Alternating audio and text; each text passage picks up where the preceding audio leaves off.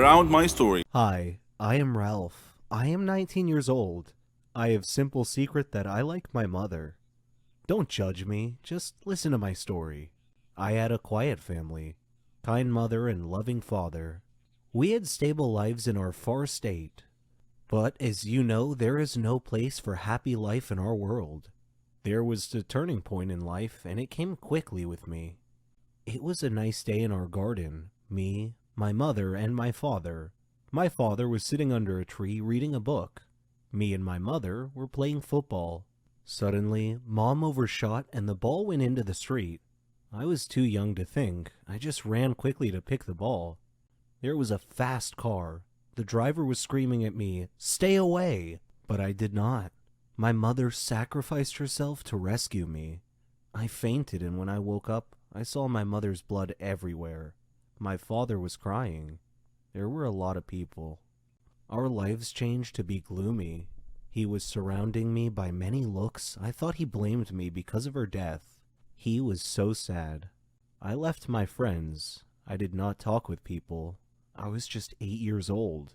I was thinking of killing myself. I would like to escape from this blame. Suddenly, my father decided to marry. I shocked because I could not imagine any other woman instead of my mother at home. He said in a firm voice, "She will be at home soon." He asked me to be a good boy. I entered my room and started crying. I could not imagine. But I decided to annoy her. When she prepared food, I immediately threw it. Her only reaction was a kind smile. While my father was staying at home, I insisted by bothering her by doing a lot of noisy things.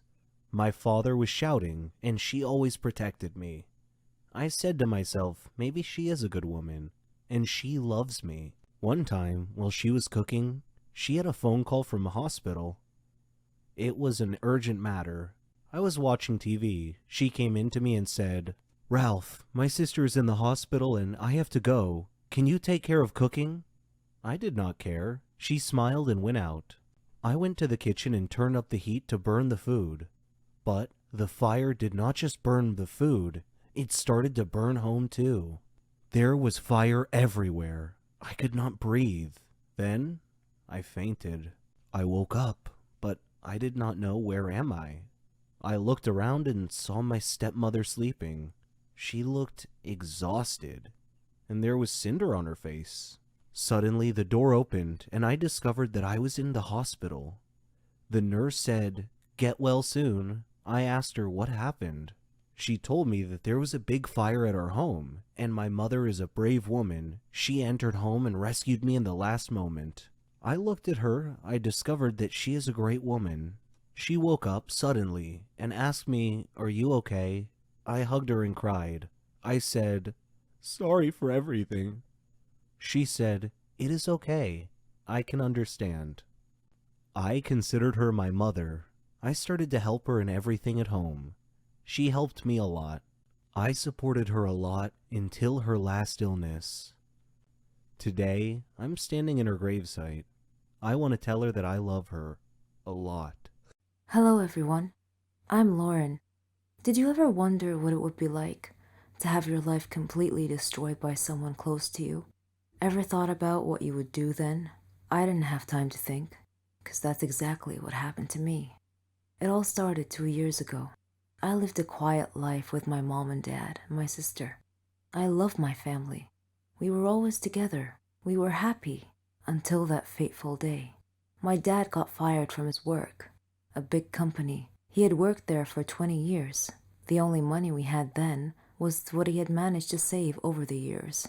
Finding a new job wasn't easy. It was a hard time for all of us, especially my dad. He was becoming desperate.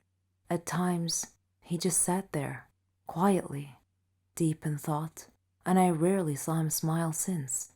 One late night, we were still up waiting for him when he walked through the door. But something was different. He wasn't walking straight. It was the first time in my life seeing him drunk. I decided to take matters in my own hand. I started job hunting. I was lucky enough to find something suitable at a startup company. The pay was good enough, and the more I worked, the more I earned. I was trying my best to get our life back. I was giving it all I've got. My dad started asking me for money. I was more than happy to give him what he needed. I didn't even ask what it was for. Then he started asking for more. He came late almost every night, and he was never awake in the morning. It seemed like we hadn't talked together for ages. Then, money started disappearing from my purse. I got home from work one night. It had been a long day, and I was really tired. I put my bag in my room, and I went to the kitchen to find something to eat. I made myself a sandwich, then took it back to my room. But when I got to the door, I saw a shadow moving inside. I thought everyone was asleep, so I opened the door slightly and looked inside. I couldn't believe what I saw. My dad was standing over my bag, and my wallet was in his hand. He found no money in it, so he threw it on the bed and started going through my purse.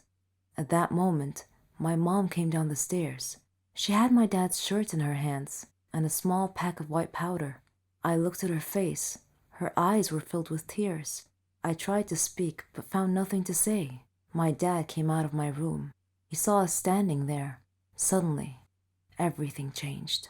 He tore the shirt and the pack from my mom's hands. He was hysterical.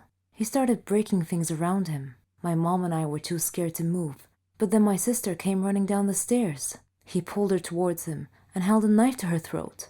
He threatened to kill her if we didn't give him money. Without a moment's thought, I did what he asked. Things only got worse. Nothing was ever enough.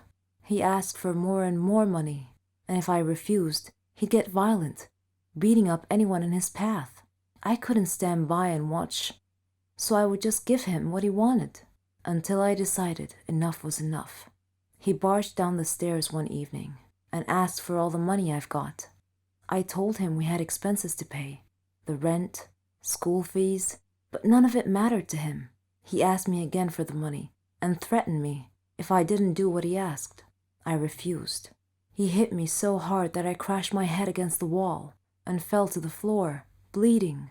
Everything went dark. My mom took me to different hospitals, and I had to do a lot of checkups and tests, but all the doctors said the same thing, that this was it. I was sentenced to live my life in darkness, never to see the light again.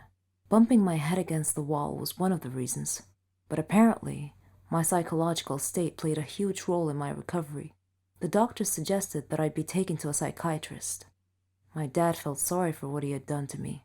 He quit the drugs and alcohol, tried to be proper, but it was because of him that I was in this state.